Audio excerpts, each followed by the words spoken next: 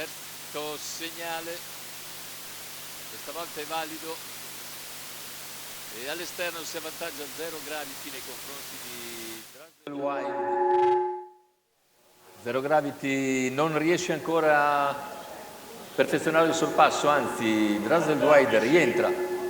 È partito bene invece col numero 8 Axel Nib, che va subito in posizione di rincalzo, mentre 0 Gravity costretto invece numero 14 Cleopatra Mark squalificato. Più indietro vediamo il numero 5 Ultras Griff davanti a Daddy P, poi gli altri capeggiati da Boreagal.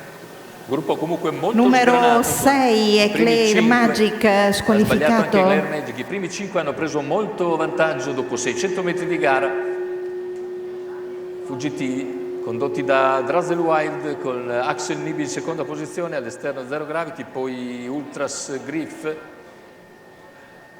e i primi 800 metri di gara se ne vanno via in 59 secco da parte del leader Drazel Wild, che continua a fare andatura.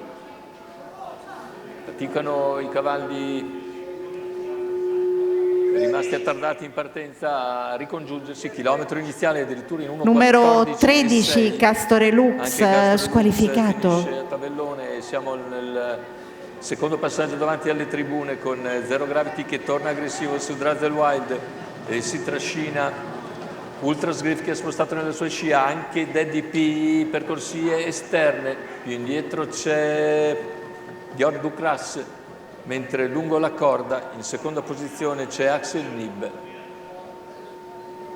Quando siamo a 600 dalla conclusione, un Axel Nib che però appare leggermente provato, e così c'è lo scatto in terza ruota di Ultras Griff che sospinge 0 Gravity a superare Drazel Wild. Ultras Griff però viene con azione decisa al suo esterno, poi c'è Daddy P che scatta, anche Daddy P è avanzato, poi dalle retrovie anche Dream Matto cerca di farsi luce.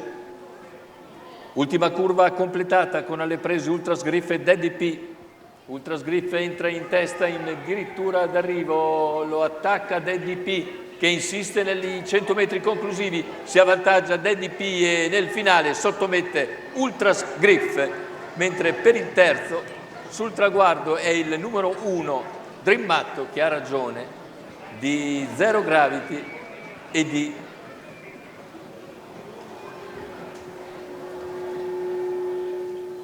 un altro concorrente che dobbiamo rivedere, ma andiamo a rivedere ora il finale con Ultras Griff e Andrea Vitaliano che cercano di difendersi da Maurizio Chieli e Daddy P, che sul traguardo passano nettamente. Vedete un paio di lunghezze sul traguardo, con Daddy P che vince netto su Ultras Griff.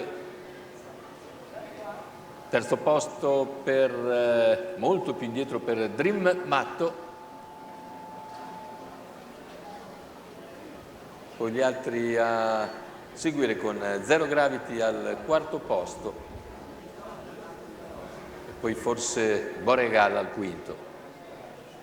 Questo l'arrivo, termini ufficiosi, la vittoria a grossa quota per uno degli outsider dello start, Daddy P, Maurizio Chieli in sediolo, Marco Bortolotti al training per conto della scuderia Limitless. Rivediamo il primo piano di Daddy P.